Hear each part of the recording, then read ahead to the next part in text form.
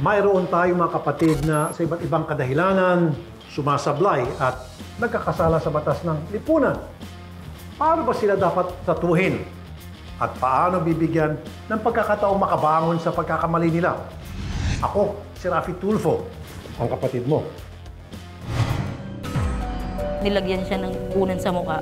Kasi yung mukha niya, kasi nakaangat siyang ganyan, na nakanganga. Nagtaka namin yung sugat dito, ang dami. Nung isinugod po kasi si Roelio dito, ma'am, malamig na bangkay na po. Ang naisip ko, bakit kay mama pa? Na walang ginawa kundi tumulong sa kamag-anak namin, sa pamilya namin.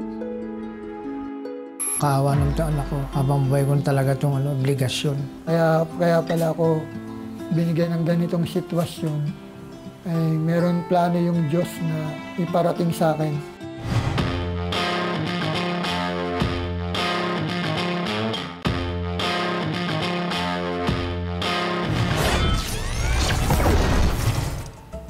Isang kapatid natin ang dinampot ng mga pulis Taguig dahil sa paglalaro ng Caray Cruz na kung tutusin ay isang iligal na sugal. Ngayon, pagkalipas lamang ng ilang araw sa detention cell ng PNP, nakatanggap ng tawag ang kanyang misis na patay na si Mister. Ano nangyari? Umakyat na sa halos 30 ang mga namatay na preso sa iba't ibang kulungan sa Metro Manila. Sinisisi ng mga kapwa niya preso ang siksikan sa loob ng selda kaya hirap silang makahinga. Nagkakasakit na ang mga preso sa Pasay Police Headquarters dahil sa init at siksikan. Ang isa hindi na umabot ng buhay sa ospital. Lumang balita ng may tuturing kapag may presong namamatay sa loob ng kanilang mga selda, iisa lang ang madalas na dahilan, ang malasardinas na kulungan dito sa ating bansa. Nito lamang Marso at 30, isa na namang preso ang binawian ng buhay sa loob ng piitan. Gabi ng March 23, nang damputin ng mga pulis si Rogelio Librero alias Dondon sa kasong illegal gambling. Inaresto si Rogelio sa paglalaro ng Caray Cruz sa lamay ng kanyang kapitbahay. Ilang araw ding nakulong sa detention cell ng Taguig City Police Station si Rogelio. Pero pagsapit na March 29, napansin ang kinakasama niyang si Aileen ang kakaibang kilos ni Rogelio nang muli niya itong bisitahin. Hindi na po niya ako pinapansin, tapos hindi na po siya makatayo. Tapos tinatawag-tawag ko siya, nandito ako, may padala akong pagkain. Wala, hindi niya po ako pinapansin. Hanggang sa kinabukasan, isang tawag ang kanyang natanggap. Isinugod daw sa ospital si Rogelio dahil nahirapang huminga. Pero taliwas daw ito sa sinasabi ng nurse na kanyang nakausap. Nung isinugod po kasi si Roelio dito, ma'am, malamig na bangkay na po.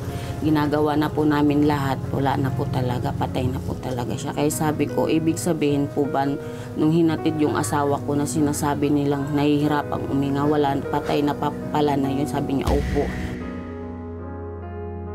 Hinala naman ng kapatid ni Aileen, may foul play sa pagkamatay ng kanyang bayaw. Kung pwede mo isalaysay na ang pinagdaanan siguro niya, nilagyan siya ng punan sa mukha. Kasi yung mukha niya, kasi nakaangat siyang ganyan, na nakanganga. Na kung ikaw ay mamamatay ka ng oras na yan, hindi dapat ganun yung itsura mo eh. Palaisipan din sa mga kaanak kung bakit may mga sugat sa binti si Rogelio. Nagtaka namin yung sugat dito, ang dami. Kupasa yung nandun sa binti niya. Dahil hindi kumbinsidong pamilya ni Rogelio sa dahilan ng pagkamatay nito, nagpasya silang dumulog sa ating programang Wanted sa radyo.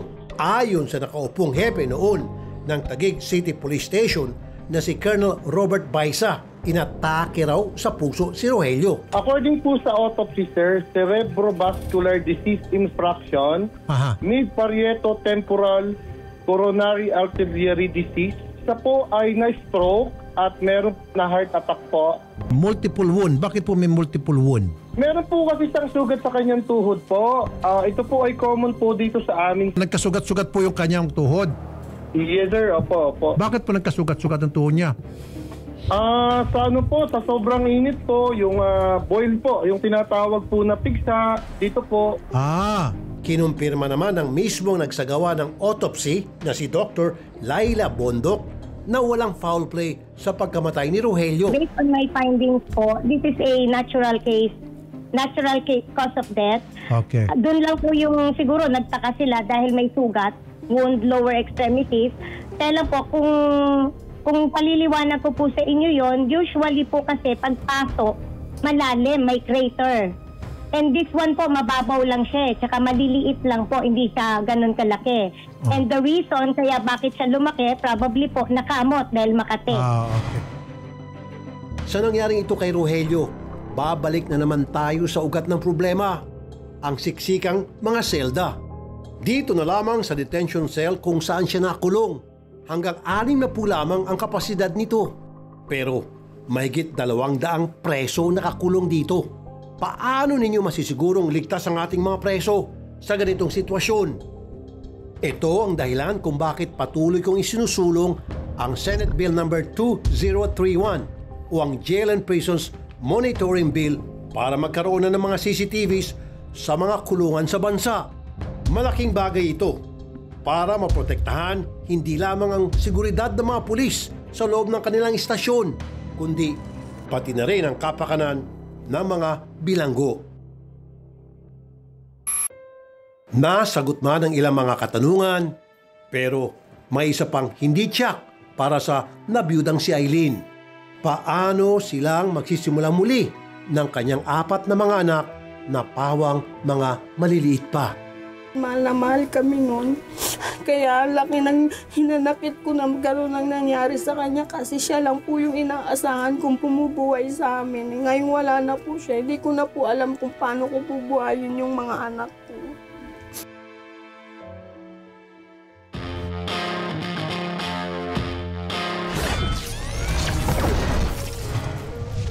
Hindi naman malala ang kasalanan ni Rogelio kung ikukumpara sa iba. Pero bakit parang nasentensyan agad siya at kamatayan pa? Sabi ng asawa niya, wala raw itong sakit ng ipasok sa kulungan. Sobrang sikip at init daw kasi sa nasabing detention facility sa Taguig. Bakit ganito pa rin ang lagay ng detention facility sa bansa?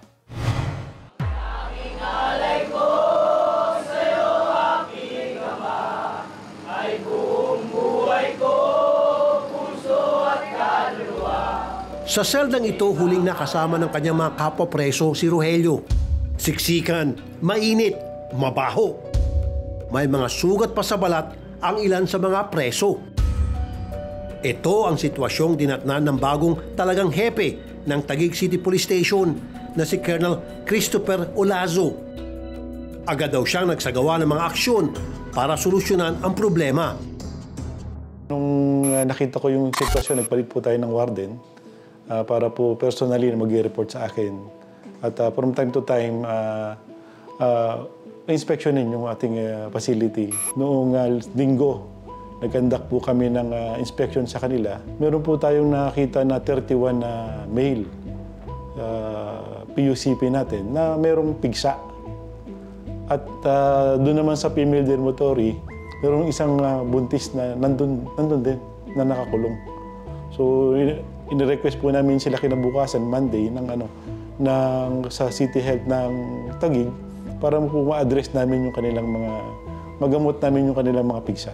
Nabawasan na rin daw ang bilang ng mga detainee sa loob ng kanilang detention cell. At simula po nung April 18 hanggang kahapon, nakapag-commit po tayo ng almost 100 na PUPC.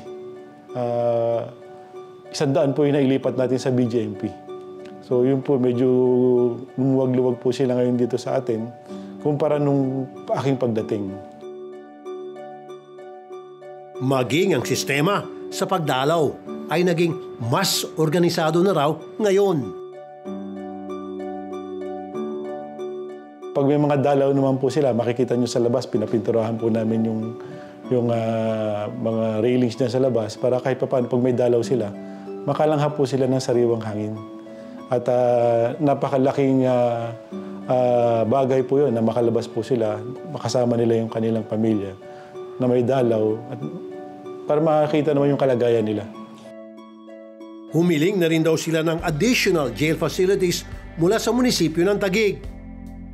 May mga request po kami ng jail facility na medyo malaki at alam naman po namin pupuntahan ito ng city pero hindi nga po ganun kabilis at medyo matagal po yung pag-construct ng building. May mga station po tayo na nakaprogram ngayong darating na taon at sa susunod pang taon. Samantala, nitong Miyerkules, binisita natin muli ang pamilya ni Rogelio para mag-abot ng konting tulong.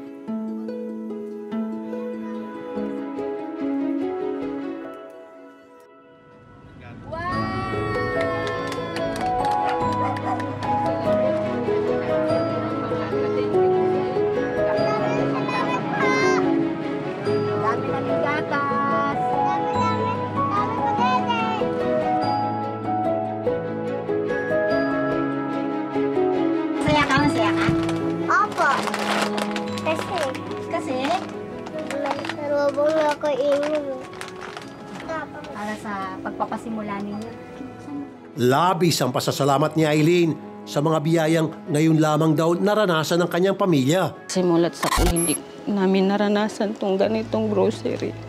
Ngayon lang po. Kaya maraming salamat kay Sir Rapi Tulfo sa tulong niya po. Kahit ngayon lang namin naranasan yan. Laking tulong po sa akin, lalo na sa mga anak kong nag-aaral. Makakapagsimula na rin daw siya ng munting negosyo mula sa maliit na halagang ating ipinaabot. Sa Diyos po nung kapatid ko, mag-iihaw-ihaw po kami tuwing Sabado at Linggo kasi yun po yung wala dito na tinda. Kaya tuwing Sabado po at Linggo yun pong ibibenta. Tutulungan niya po ako kung paano gawin. Sabi ni Aileen, mahirap man, sisikapin niya na maitaguyod ang kanyang 4 na mga anak sa abot ng kanyang makakaya dahil ito mismo ang ipinangako niya sa yumao nilang ama.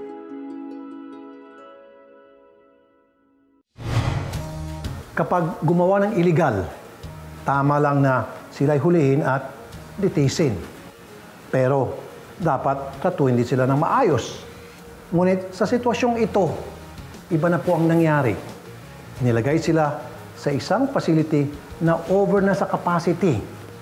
Daig pa nila ang mga sardinas. Ito'y hindi na makatao. Ang ganitong klaseng pang-abuso ay walang puwang sa disenteng lipunan tulad ng sa atin. Ang naisip ko, bakit kay mama pa na walang ginawa kundi tumulong sa kamag-anak namin, sa pamilya namin.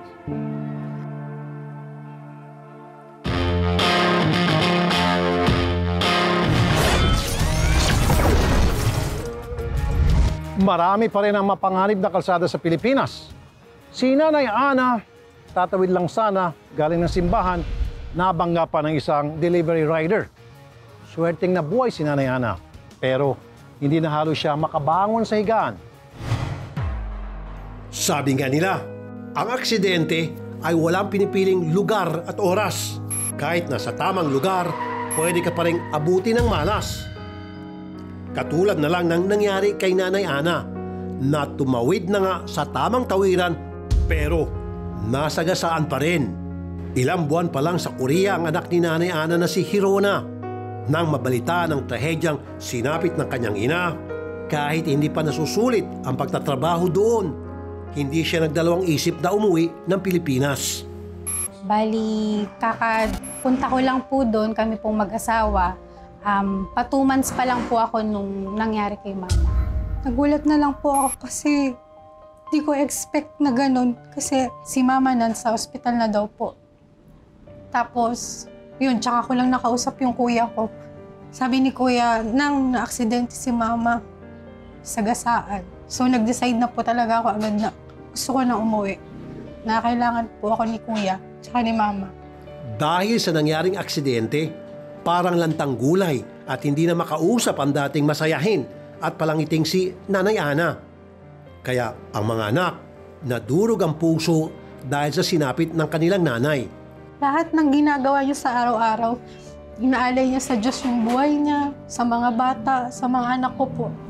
Kumbaga, parang ang naisip ko, bakit kay mama pa na walang ginawa kundi tumulong sa kamag-anak namin, sa pamilya namin. Ang sakit lang sa pakiramdam na ngayon pa lang namin sana siya mabibigyan ng magandang buhay dahil nga po sa pag-alis namin mag-asawa eh. Tapos hindi namin magawa ngayon dahil ganyan na yung ano niya. Hanggang pag-aalaga na lang, hindi na namin siya makausap. Hindi na makuwang magtrabaho na magkapatid dahil palitan silang nagbabantay sa kanilang nanay sa loob ng 24 na oras. Kailangan kasing tutukan ang tubong hingahan ni Nanay Ana para hindi ito magbara. Pag sa magdamag, ako yung gising. Siya naman sa pag-umaga na. So nagpapalitan kami. Tsaka yung dalawa niyang anak, yung isa pumapasok. Bukod sa masakit na araw-araw na nakikitang ganyan yung sitwasyon. Ang number 1 talaga yung sa pamumuhay namin ng kapatid ko eh.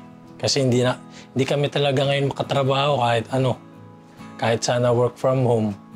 Kaya lang, anytime naman siya atakihin, masasagasaan din kahit anong trabaho ang gawin. Bukod sa dapat laging gising ang bantay ni Nanay Ana, may iba pang kailangan intindihin dahil hindi na siya naalis sa pagkakahiga sa kama. Sa umaga, sir, 5:30, ang kain niya kasi every 6 hours eh. So from 5:30, kakain na siya ng breakfast niya. Pag nakapahinga na siya ng 2 hours, ite-turn namin siya ng kapatid ko. Tapos first linis na nung bedsore niya. After 6 hours, lunch naman, ite-turn naman namin siya sa kabila. Pag nakapahinga na siya uli, yung tiyan niya, idediretso naman namin siya uli.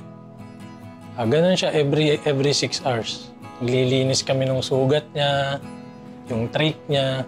Nangangamba ang magkapatid kung paano nila tuloy-tuloy na matutustusan ang pangangailangan ng kanilang nanay. Mabigat po talaga kasi sa araw-araw pinipilit namin eh. Kumbaga, hindi po namin alam kung hanggang kailan po ganyan si mama. Kung paano namin mabibigay yung pangangailangan niya. Nilalakasan na lang namin yung loob namin kasi kung may manghihina sa aming dalawa ng kapatid ko po, paano naman si mama? Parang ganun po eh. Kaya laking pasalamat din po namin kasi may mga tumutulong po kahit paano sa pag-provide. Kung may nawalan po kami ng supply sa kanya, meron po magtatanong anong kailangan nyo, may magbibigay. Ganun po. Isa pa sa nagpapalakas ng loob ni Rona ay ang hindi pagsuko ng kanilang nanay sa kabila ng mabigat na kalagayan nito. Lumalaban po yung mama ko para makasama kami. So, dun din po ako kumukuha ng lakas. Hanggat nandyan siya, laban po kami. Kahit malaki ang posibilidad na papabor ang hustisya sa kanilang panig, sakaling magsampa sila ng demanda laban sa delivery rider na nakabundol sa nanay nila, minabuti nilang hindi na ito gawin. Naisip din naman po namin kasi kung si mama din naman po yun, hindi rin po siya makakapag-decide ng magpakulong ng isang tao na kahit sabihin na po natin na kasalanan talaga niya dahil hindi siya nag-ingat sa pagmamaneho eh. Pero yung dadagdagan pa natin yung bigat na nagkaroon na ng ganito, tapos madadagdagan pa ng paano naman yung pamilya nung nakabangga. Parang naano na lang namin, sige, kung may magagawa man po siya, gawin niya para kay mama. Kahit hindi biro ang pinagdadaan ng pagsubok ng kanilang pamilya, naniniwala pa rin ang magkapatid na pasasaan ba at malalagpasan pa rin nila ito. Ganito yung nangyari, mabigat eh. Pero hindi lang naman po kami yung ganito yung nararanasan eh. Kumbaga, iba't ibang klaseng paghihirap lang po talaga. Kumbaga, sabi nga po nila na kung ano man yung mga dumadating na pagsubok, meron at meron pa din po talagang may tutulong. Ang aming paghanga sa pamilya ni Nanay Ana sa pagsubok na matapang nilang hinaharap ngayon. Sana ang aming inihanda na munting sorpresa para sa kanila ay makatulong kahit papaano para mapagaan ang kanilang kalooban.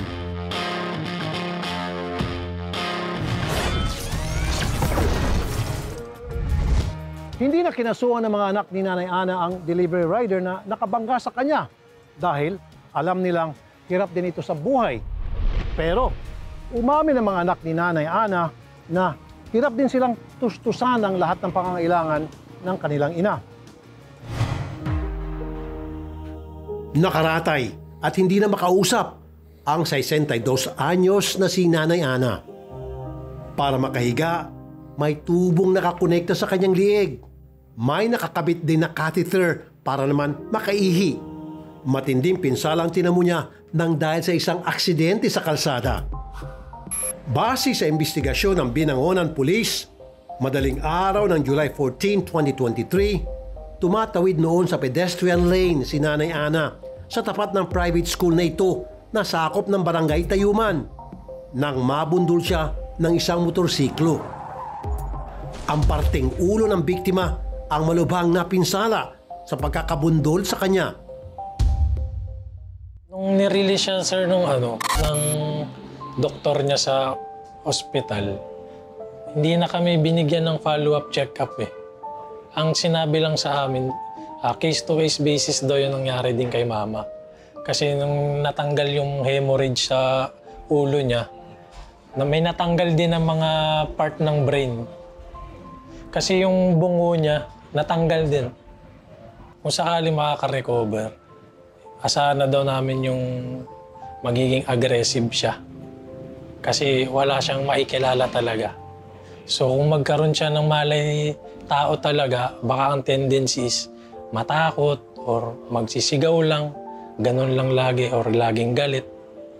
So huwag na daw muna kaming umasa na makikilala kami. Sa kalagayan ng kanilang nanay, wala nang kasiguruhan. Kaya inihahanda na ng magkapatid ang sarili sa mga pangangailangan ng kanilang nanay.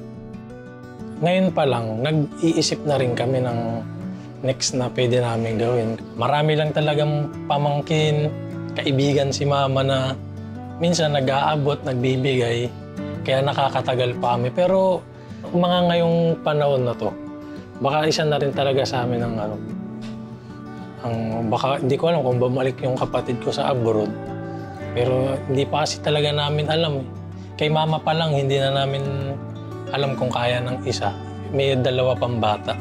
Kung hindi yung kapatid ko, baka ako ang bumalik. Kasi mas importante siya dun sa 2 bata. Kahit hindi na nakakausap, umaasa magkapatid na Sinobo at Hirona na sana ay naiparamdam pa rin nila ang pagmamahal sa kanilang nanay. Ma, sana nararamdaman mo yung pagmamahal at yung pag-aalaga namin sa'yo. Hindi mo man kami makausap, pero sana alam mo at ramdam mo yung mga ginagawa namin. Kaya hanggat kaya namin, hanggat nandyan ka kasama namin, gagawin namin lahat para makasama ka pa namin. May tuturing na inspirasyon ang kabaitan at pagmamahal ng magkapatid na Hirona at Sinobo sa kanilang nanay. Kaya bilang isang kapatid, gusto ko ring maiparating ang pagmamahal kay Nanay Ana at sa kanyang mga anak. Nagpadala po si Senator ng kaunting tulong para po kay Lola, yung nabanggit mo, yung mga gamot, may mga gamot po dito, mga diaper, gatas po para po kay Lola. So sana po makatulong po dito. Yeah. And additional po, nabanggit nyo kailangan siya ipa-neuro. Tama po ba? Neuro. Okay. So ito po, 30,000 pesos. Galing po ito kay Senator. Tanggapin niyo. Maraming salamat. Sobrang laking bagay na po. Bilang senador, syempre may mga budget po si Sen sa mga medical expenses.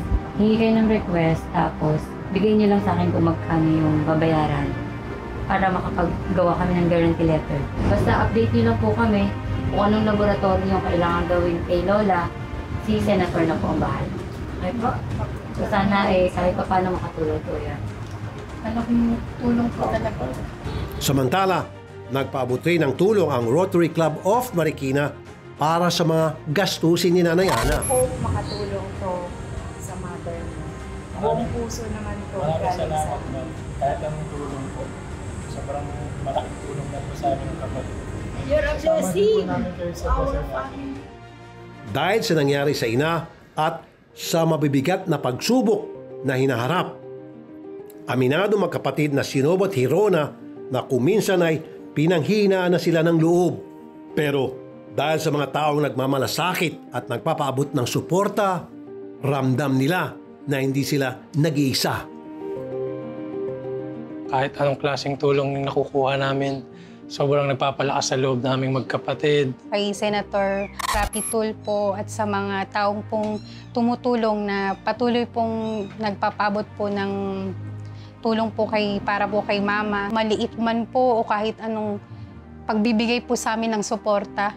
Yung para pong tinapik po kami na, Ma'am, meron pa pong mga ganitong tao, may handa pong tumulong.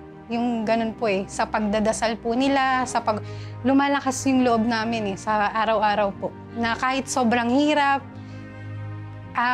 malaking bagay po yun sa amin na kahit ganito yung mga nangyayari, kahit iba-iba pa po yung mga dumadating na pagsubok, na kinakaya namin. Kailangan na talaga ng matinong pag-aaral kung paano natin magagawang mas ligtas ang ating mga kalsada para sa mga pedestrians. Dapat mayroon na tayong National Pedestrian Safety Plan na susundin. Si Nanay Ana naman patuloy naming tutulungan para makarecover at sa kanyang mga anak na piniling magpatawad sa nakabangga sa kanilang ina. Saludo po ako sa inyo. Kaawa ng anak ko, habang buhay ko talaga itong obligasyon. Kaya pala ako binigyan ng ganitong sitwasyon, ay meron plano yung Diyos na iparating sa akin.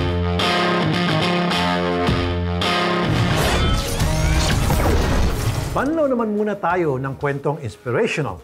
Marami sa ating mga kababayan ang may kapansanan, pero nakagagawa ng mga bagay na higit pa sa karamihan, gaya na lang ni Bermin Villasor Rigor. Ipinanganak na may kakulangan pero puno ng pangarap at pagmamahal ang kapatid nating si Bermin Rigor. Panganay si Bermin sa 4 na magkakapatid.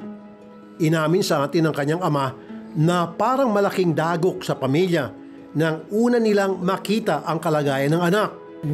Lumabas po siya awang-awa ako dahil wala agad yung kamay niya Saka nangingitim siya, parang hindi mabubuhay Kung di siya inangat. Kaya yung nakasigaw siya, yun, nabuhay siya. Kaya sabi ko, kaawa ng anak ko, habang buhay ko talaga itong obligasyon. Sa tulong ng pananampalataya sa Diyos at walang kaparis na pagmamahal, napalaki nila si Bermin na maayos, masipag at masayahin. Kamisan ng trabaho ko hindi natutuloy-tuloy. Kaya siyempre, mahirap naman na hindi mo siya babantayan, baka ma-aksidente. Napakahirap yung kalagayan niya, yung maliit po siya.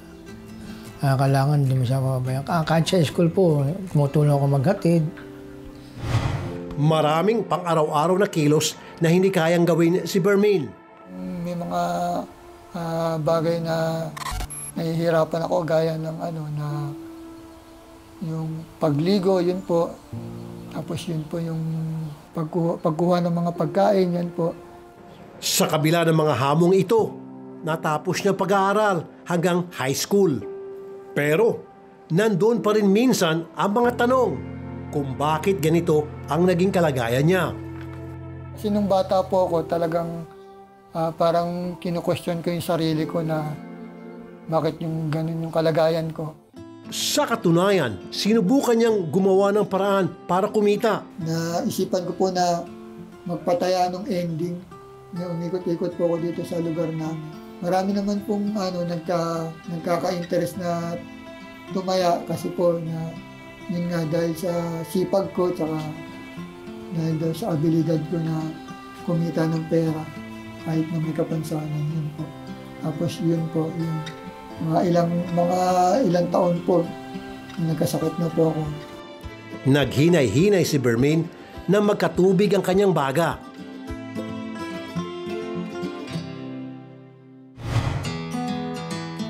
Pero nung ngayon nagkaedad na ako, nung nalaman ko na meron palang purpose si God para sa akin. Na kaya pala ako binigyan ng ganitong sitwasyon. Ay meron plano yung Diyos na iparating sa akin. Sa panahong yun, nadiskubre niya ang kanyang kakaibang talento, ang magpinta sa pamamagitan ng paa. At dahil mahilig din sa social media, ginamit niya ito para ipamalas sa mundo ang kanyang mga obra para makatulong sa kanyang pamilya. Sa pamamagitan ng pagla-live sa TikTok, maraming natuwa sa kanyang mga gawa. Sa ngayon, may mga nagpapakomisyon na sa kanya. Pero hiling ni Bermain, sana ay mas dumami pa. Nagpo-post lang po ako sa Facebook, sa TikTok. Marami na po yun, may mga nag-inquire na po sa akin. Yung iba po, mga nasa ibang bansa. Yun po. Na mga nagpapakomisyon. Yun po. Isang buhay na inspirasyon si Bermain sa kanyang pamilya at mga kaibigan. Nakakatulong siya kasi yung mga nagpapakomisyon sa akin. Yun po yung ginagamit ko para matustusan ko po yung mga pangangailangan ko kagaya ng maintenance na gamot, pagkain, saka yung iba pang pangangailangan sa bahay, yung mga kuryente, tubig, yan po. Dati po, hindi ko po sinasagot yan kasi kapos na kapos po kasi kami kasi ang inaasahan ko lang yung tatay ko saka yung kapatid ko, yun po. Masaya po siyempre, nakaka-proud na na ayan na yung narating niya ngayon na simula dun sa una na wala pa siyang pinagkakaabalahan dito sa bahay. Pa TikTok lang na pang-comedy, pang-comedy. At least ngayon nakakadagdag na rin ang ng panggastusin dito sa kanila dahil dyan sa mga gawain niya. Laking pasasalamat naman ni Bermain na sa kabila ng kanyang kalagayan ay may mga taong sumusuporta sa kanya. Sobrang saya po kasi yung dati po parang pakiramdam ko na wala akong silbi, pero ngayon kaya ko palang kumita sa malinis na paraan dahil sa talento ko. Hindi dahil sa awa, kundi sa tiwala at sa kanyang kakayahang lumikha. Idol ko itong si Bermain Rigor. Iba kasi, dusat pasanin ng turing sa kanilang mga kapansanan. Kay Bermain, isa itong inspirasyon at isang oportunidad na patunayan ang kanyang kakayahan. Sana magkaroon ng programa para palakasin ang suporta para sa PWD artist upang makafocus naman sila sa paglikha ng sining. Isa lang ang pangako ko po. Isa ako sa aktibong tutulong sa inyo. Ako ang kapatid mo, Rafi Tulfo. Kayo ang idol ko.